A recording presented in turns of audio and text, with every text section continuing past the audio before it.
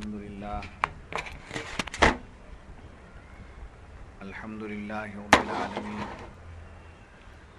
والصلاة والسلام على أفضل الأنبياء والمرسلين وعلى آله وأصحابه أجمعين. أما بعد فقد قال الله تبارك وتعالى في شأن حبيبه الكريم: إن الله وملائكته يصلون على النبي يا أيها الذين آمنوا صلوا عليه وسلموا تسليما.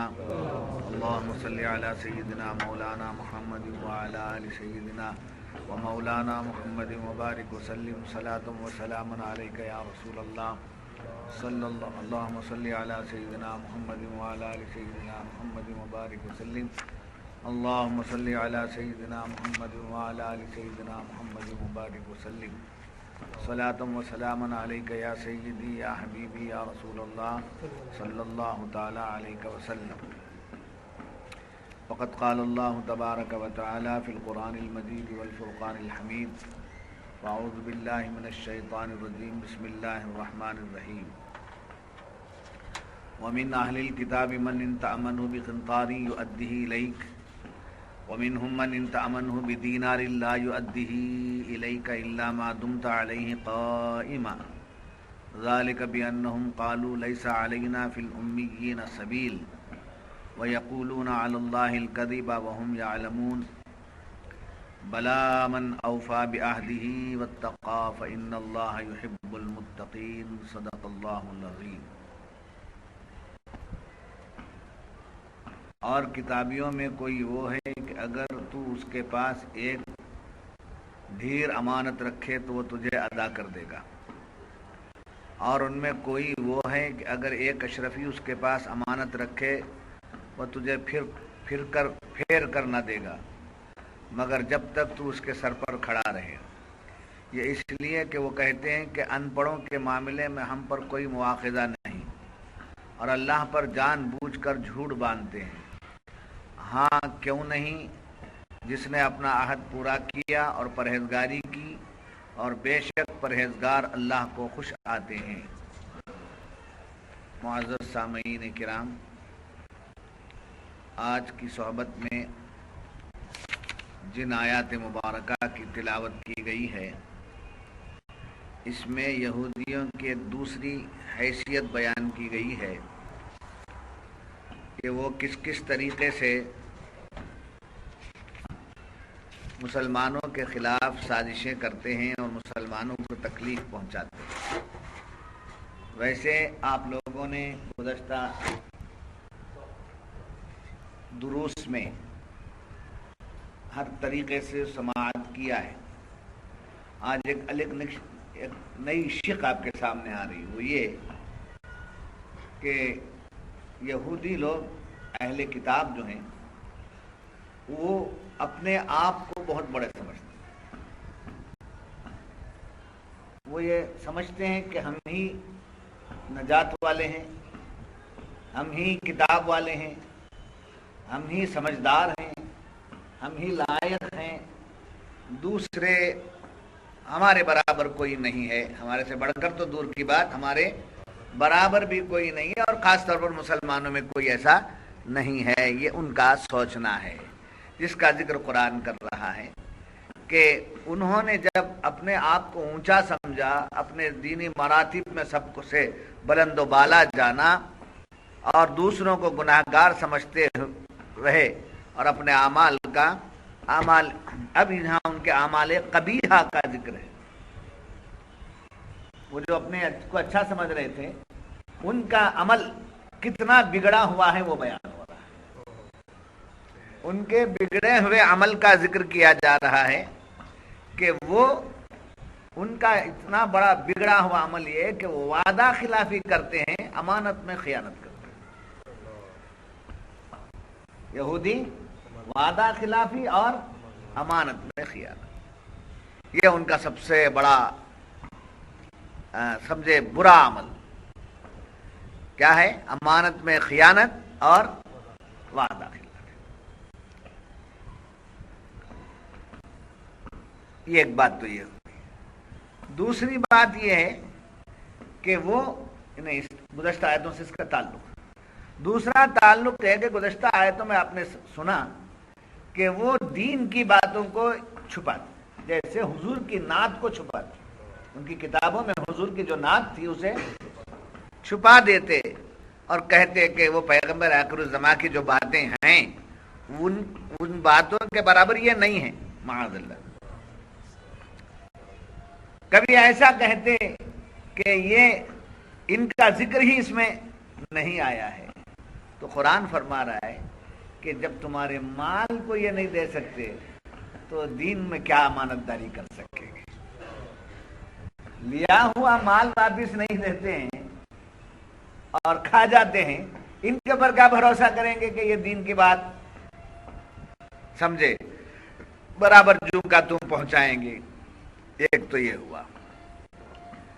تیسرا تعلق یہ ہے کہ ان کا منصوبہ یہ کہ مسلمانوں کا ایمان چھیننا، ان کو کمزور کر دینا، کسی بھی طریقے سے یہ صاحب ایمان نہیں رہنا۔ اس کی چال بازیاں تو کرتے رہے گزشتہ صاحب، آپ کو معلوم ہے کہ صبح میں مسلمان ہو جاؤ، رات میں پھر پلٹ جاؤ، اس طریقے سے لوگوں کے اندر شکوک و شبہات پیدا کر دو۔ یہ جو ان کے منصوبے تھے، انہی منصوبوں کی وضاحت یہ کی جا رہی ہے کہ یہ لوگ نہ صرف مسلمانوں کے ایمان کے دشمن ہیں بلکہ ان کے مال کے بھی دشمن ہیں۔ اور یہودی یہ ہمارے ایمان کے ہی دشمن نہیں ہیں بلکہ ہمارے مال کے بھی دشمن ہیں۔ یہ منصوبہ بناتے ہیں کہ جیسے بھی ملے مسلمان کا مال ملے تو اٹھا لو، تاکہ ان کو مال میں کیا کر دیا جائے؟ کمزور کر دیا جائے۔ یہ گزشتہ آیتوں سے ان آیتوں کا تعلق ہے۔ اب اس کا شان نزول بھی مفسرین نے 3 روایتوں سے نقل کیا۔ اس کا شان نزول کیا، کیوں یہ آیت نازل ہوئی؟ تو پہلی بات تو یہ بتائی کہ ایک قریشی نے حضرت عبداللہ ابن سلام کے پاس 12,000 دینار اس زمانے میں امانت رکھی۔ کچھ مدت کے بعد وہ آیا، قریشی آیا اور آ کر حضرت عبداللہ بن سلام سے پوچھنے لگا کہ میں جو امانت رکھا ہوں وہ دے دو۔ اس وقت حضرت عبداللہ ابن سلام یہودیوں کے سب سے بڑے عالم، ابھی اسلام میں داخل نہیں ہوئے تھے، وہ کیوں ان کو اسلام ملا اس سے آگے سمجھاتا ہوں میں آپ۔ پہلے بات یہ ہے کہ وہ قریشی آیا اور 12,000 دینار امانت رکھے اور آ کر کے کچھ مدت کے بعد پوچھنے لگا۔ تو حضرت عبداللہ ابن سلام جو اس وقت یہودی قوم میں رہے اور بہت بڑے عالم تھے، انہوں نے اس کے 12,000 دینار نکال کے رکھے، امانت دی تھی۔ ایک تو یہ ہے اس آیت کا شان نزول۔ دوسرا یہ ہے کہ ایک شخص، ایک یہودی کے پاس ایک اشرفی امانت رکھا، 12,000 دینار تو الگ سی بات ہے، ایک اشرفی امانت رکھا۔ کچھ دنوں کے بعد آیا اور آ کر کے وہ امانت پوچھنے لگا تو اس نے کہا کہ تم نے کب دیا مجھے؟ تم نے کب دیا؟ جھوٹ بولتے ہو، جاؤ یہاں سے، کچھ نہیں۔ تو اس مسلمان کی ایک اشرفی کو اس نے کیا کر لیا؟ بنگلور کی زبان میں دبا لیا۔ حضرت عبداللہ ابن سلام کیا دے دیے؟ 12,000 دینار دے دیے، اور وہ یہودی ایک اشرفی۔ یہ روایت بھی تب یہ آیت نازل ہوئی۔ اور ایک روایت یہ ہے کہ ایک مسلمان نے، ایک یہودی کے پاس امانت رکھا، یہودی ہی کے پاس امانت رکھا، اور اس امانت کے رکھنے کے کچھ دنوں کے بعد وہ مسلمان ہو گیا۔ جس نے امانت رکھا تھا وہ مسلمان ہو گیا۔ اب امانت رکھا ہو، میری چیز ہے، جا کے مانگنے کے لیے گیا تو اس کو معلوم پڑ گیا تھا کہ مسلمان ہو گیا ہے، تو اس نے کہا تیرا پیسہ ویسا کچھ ملنے والا نہیں، یہ سب نہیں۔ کہا میں نے کیا کیا؟ میری امانت دیجئے مجھے۔ کہا تو نے ہمارا دین چھوڑ دیا، ہمارا دھرم چھوڑ دیا ہے، ہمارا مذہب چھوڑ دیا ہے تو مسلمان ہو گیا ہے، لہذا جو مسلمان ہو جاتا ہے اس کا مال واپس نہیں کیا جائے گا۔ ہاں اگر تجھے اپنا مال واپس لینا ہے تو پھر سے اسلام چھوڑ کے ہم نے آنا۔ اس طریقے کی مکاری، اس طریقے سے قیادی، اس طریقے سے سمجھیں غلط روی کس کی تھی؟ یہ تینوں واقعات شان نزول میں مفسرین بیان کرتے ہیں، تینوں واقعات شان نزول میں مفسرین بیان کرتے ہیں۔ تب یہ آیت نازل ہوئی کہ کچھ لوگ وہ ہیں وَمِنْ أَهْلِ الْكِتَابِ مَنْ إِنْ تَأْمَنْهُ بِقِنْطَارٍ يُؤَدِّهِ إِلَيْكَ، اور کتابیوں میں کوئی وہ ہے اگر تو اس کے پاس ایک ڈھیر امانت رکھے تو وہ تجھے ادا کر دے گا۔ کس کی تعریف ہو رہی ہے یہاں؟ حضرت عبداللہ ابن سلام کی۔ کیا قرآن حضور کے غلام کی تعریف ہو رہی ہے۔ ابھی ایمان نہیں لائے ہیں، وہ اہل کتاب ہیں، اس وقت وہ یہودیوں میں سے ہی ہیں، ایمان نہیں لائے ہیں، مگر تعریف ہو رہی ہے کہ ان میں سے کچھ ایسے ہیں جی یہ کو ہے، کہا کچھ بھی نہیں، یہ کو ہے، ان میں سے ایک ایسا ہے ڈھیر ساری امانت رکھو۔ تو ڈھیر ساری کا مطلب 12,000 دینار، زیادہ ہوا نا، پونجی زیادہ ہوئی، تو قرآن تعریف پر ڈھیر ساری امانت اس کے پاس رکھے تب بھی وہ واپس کر دے گا، اہل کتاب میں سے یہ وہ۔ اور اس کے بعد ان میں سے کیا بات ہے، وَمِنْ أَهْلِ الْكِتَابِ مَنْ إِنْ تَأْمَنُ بِقِنْطَارٍ، فرمایا کہ اہل کتابیوں میں سے کوئی وہ ہے، کوئی ایک وہ ہے جس کی شان یہ ہے کہ ہزاروں دینار اس کے پاس امانت رکھے تو کیا کرتے ہیں۔ اب یہ کس کی تعریف ہوئی؟ عبداللہ ابن سلام رضی اللہ عنہ کی۔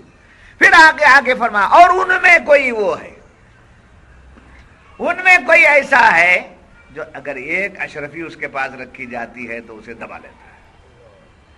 تو برائی کرنے والے کا بھی بیان ہو گیا اور امانت پہ ادا کرنے والوں کا بھی ذکر یہاں ہو گیا۔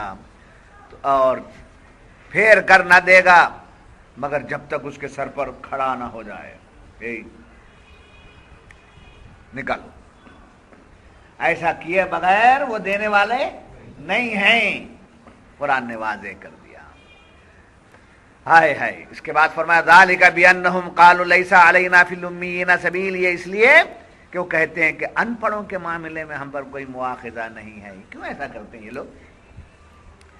اہل کتاب یہودی کیوں ایسا کرتے ہیں؟ اس سوال کا جواب قرآن دے رہا ہے۔ وہ یہ سمجھتے ہیں کہ ہم ہی پڑھے لکھے ہیں، ہم ہی سمجھدار ہیں، ہم ہی بدھی والے ہیں، بدھی ہندوستان کی بھاشا جی، ہم ہی بدھی والے ہیں، ہم ہی سمجھدار ہیں، ہم ہی پڑھے لکھے ہیں، اور یہ سب کیا ہیں؟ ان پڑھ ہیں، بدھو ہیں، بے وقوف لوگ ہیں۔ بے وقوفوں کا مال کھانا ہمارے لیے کوئی عیب کی بات نہیں ہے، ان پڑھوں کا مال کھا جانا ہمارے لیے کوئی عیب کی بات نہیں ہے، یہ سمجھتے ہیں۔ تو قرآن نے اس کو بیان کیا کہ ان کا ایسا سمجھنا ہے۔ اور یہ دوسری بات یہ ہے کہ وَيَقُولُونَ عَلَى اللَّهِ الْكَذِبَ وَهُمْ يَعْلَمُونَ، یہ جان بوجھ کر اللہ کے اوپر جھوٹ باندھتے تھے۔ سمجھے؟ پیغمبر بھیجا ہے، اعلان پیغمبر کے آنے کا ہے، کتاب میں اس کا ذکر آیا ہے، اس کے باوجود جب پیغمبر آ گئے تو اسے کیا کرتے ہیں؟ جھوٹ بھیجا نہیں اللہ، تو کس کے اوپر جھوٹ باندھ رہے ہیں؟ جان بوجھ کر اللہ پہ جھوٹ باندھ رہے ہیں۔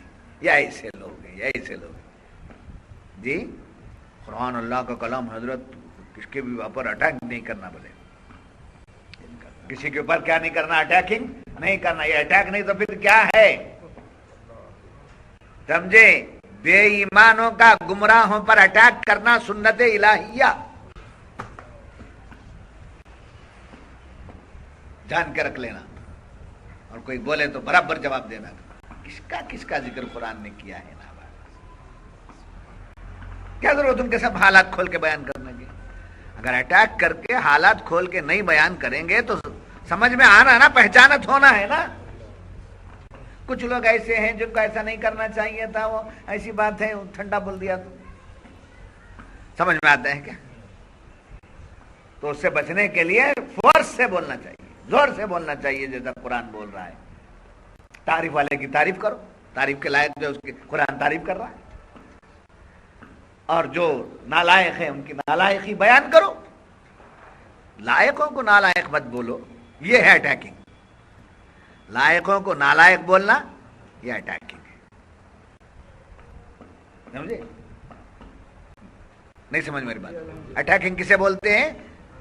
نالائقوں کو لائق بولنا اٹیکنگ، لائق کو نالائق بولنا اٹیکنگ.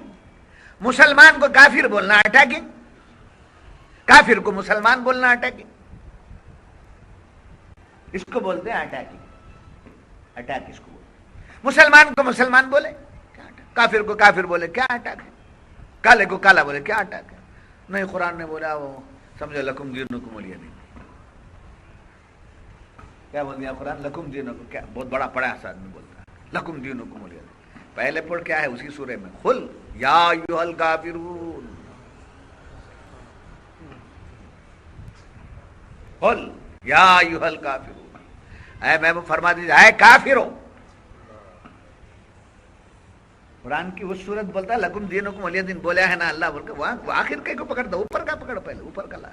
قل یا ایھا الکافرون لا اعبد ما تعبدون ولا انتم عابدون ما اعبد ولا انا عابد ما عبدتم ولا انتم عابدون ما اعبد لکم دینکم ولی دین. اپنے طرف بلا کر سمجھوتا کرنا چاہے تو اعلان کر دیا. یہ کیا سمجھوتا کریں گے؟ آپ بول دیجئے تم تمہارے دین پر رہو. تم جدھر بلا رہے ہم ادھر آنے والے نہیں، ہم جدھر بلا رہے ادھر تم آنے والے نہیں ہیں. تو کیا کرو؟ تم تمہارے دین پر رہو، ہم ہمارے دین پر رہتے ہیں. سب کو بول دیا کیا لکم دینکم ولی دین؟ جی نہیں سمجھ میری بات ہے؟ ہر طریقے سے سمجھو بابا، ہر طریقے سے سمجھو. ایسے انداز سے میں آپ کو سمجھاتا ہوں کہ کوئی آپ پر ٹچ نہیں کرتا. ایمان بہت بڑی دولت ہے. کربلا کے شہیدوں کی محنت ہے، صحابہ کی قربانیوں کا صلہ ہے. رسول اللہ صلی اللہ علیہ وسلم کا دن رات جاگ کر راتوں کو آنکھوں سے آنسو بہانے کا صلہ ہے ایمان. اس کو سمجھے میٹھی میٹھی باتوں میں برباد مت کرو. نہیں سمجھ میں آ رہی؟ میں آپ کو درس قرآن میں فورس کے ساتھ جو بلاتا ہوں اس لیے کہ ایمان گٹ جائے. جمعہ میں آؤ، میرے بیان کو سننے میں بلایا نہیں. آئے تو آؤ، گئے تو جاؤ. مگر تفسیر میں آؤ اس لیے کہ یہاں ایمان، وہاں بھی ایمان مضبوط ہوتا ہے، ایسا نہیں ایمان مضبوط ہے. سمجھے؟ وہ جنرل کمپارٹمنٹ ہے، یہ اسپیشل کمپارٹمنٹ ہے. ادھر بھی آؤ، سمجھے؟ کوئی طاقت ٹچ نہیں کرنا. ہماری بات ہے تو لکم دینکم ولی دین ہے. ٹھیک ایمان ہے. قرآن کی ایک آیت پر بھی، ایک آیت تو دور کی بات ہے کہ ایک لفظ پر ہم کو ایمان رکھنا ہے. لکم دینکم ولی دین. کسی کو برا مت بولو بولے قرآن. اسی آیت میں کیا بولے؟ اسی صورت میں قل یا ایھا الکافرون. کافر کو کافر بولو، کافر کو کافر بولو، مومن کو مومن بولو، منافق کو منافق بولو.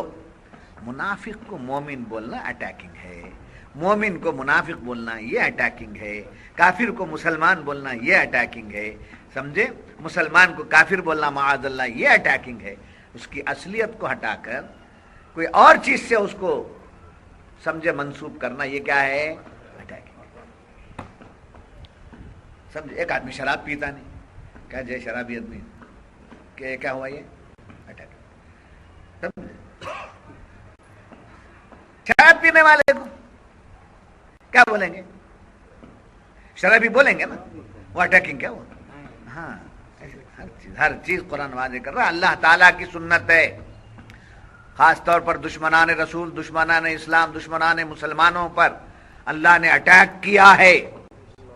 جیسا کہ کہا وَمِنْ أَهْلِ الْكِتَابِ مَنْ إِنْ تَأْمَنْهُ بِقِنْطَارٍ يُؤَدِّهُ إِلَيْكَ. اور تعریف بھی کیا ہے، جیسا کہ میں نے ابتدا میں کس کی تعریف ہوئی؟ حضرت صلی اللہ علیہ وسلم. یہ تین شان نزول کی تین روایتیں ہیں جو میں نے آپ کے سامنے رکھی ہیں. بقنطار يؤديه إليك ومنهم من تعمل بدينار لا يؤديه إليك إلا ما دمت عليه قائما ذلك بأنهم قالوا ليس علينا في الأميين سبيل ويقولون على الله الكذب وهم يعلمون. آگے فرمایا بلا من اوفى بعهده، ہاں کیوں نہیں جس نے اپنا عہد پورا کیا. وعدے کو پورا کرنے والا کیا ہے؟ کب وعدہ پورا کرتا ہے؟ جب اس کے اندر تقوی ہو. وعدہ پورا کرنے والا متقی اور تقوی والا ہی وعدہ پورا کرتا ہے. اور جس نے تقوی اختیار کر لیا اس کے بارے میں قرآن کا فَإِنَّ اللَّهَ يُحِبُّ الْمُتَّقِينَ، بے شک اللہ تقوی اختیار کرنے والوں سے محبت کرتا ہے. اوپر بدعہدوں کا ذکر کیا، نیچے وعدہ وفا کرنے والوں کا ذکر کر کے کیا فرمایا؟ محبت. نمازیوں کا ذکر نہیں ہے اس آیت میں، تسبیح ڈھکیلنے والوں کا ذکر نہیں ہے. تقوی والا کون ہے؟ وعدہ پورا کرتا ہے تو وہی تقوی والا ہے، معاملے سیدھے ہیں تو وہی تقوی والا ہے. یہ اس سے اللہ کیا کرتا ہے؟ محبت کرتا ہے. اب یہاں ایک بات آپ کے سامنے بتاؤں. ہائے یہ امانت داری جو ہے وہ انسان کی ایک اچھی صفت ہے. سمجھے؟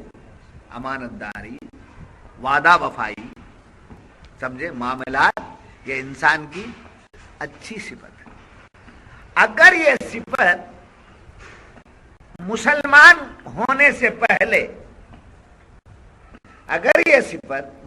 ہونے سے پہلے باعتبار انسان کسی کے اندر ظاہر ہوتی ہے.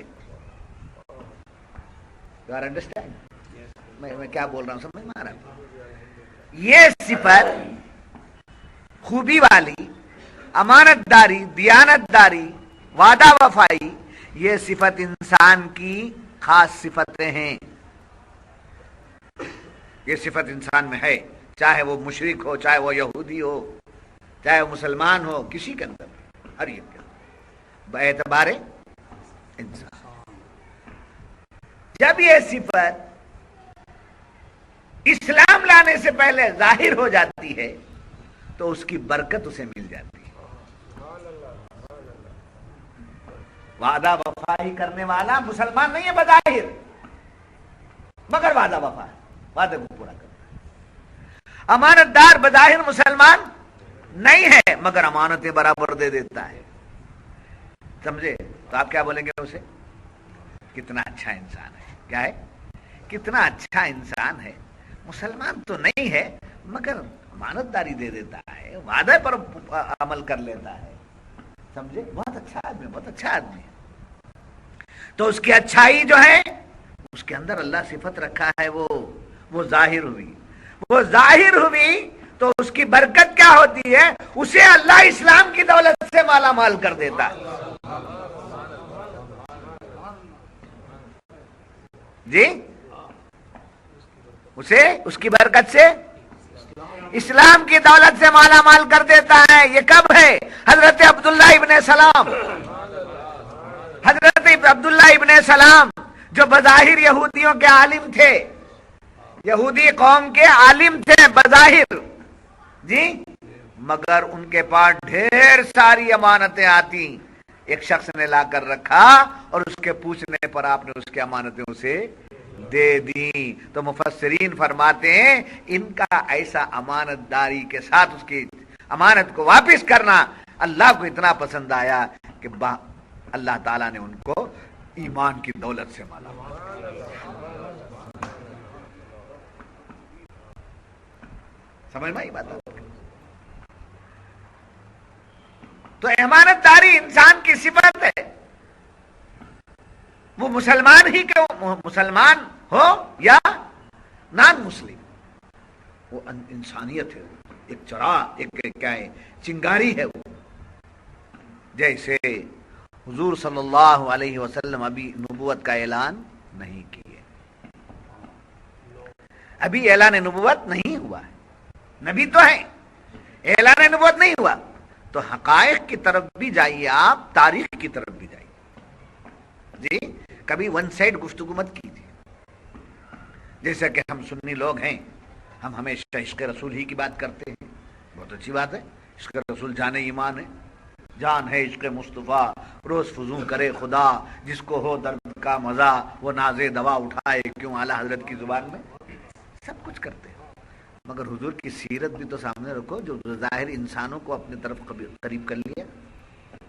جی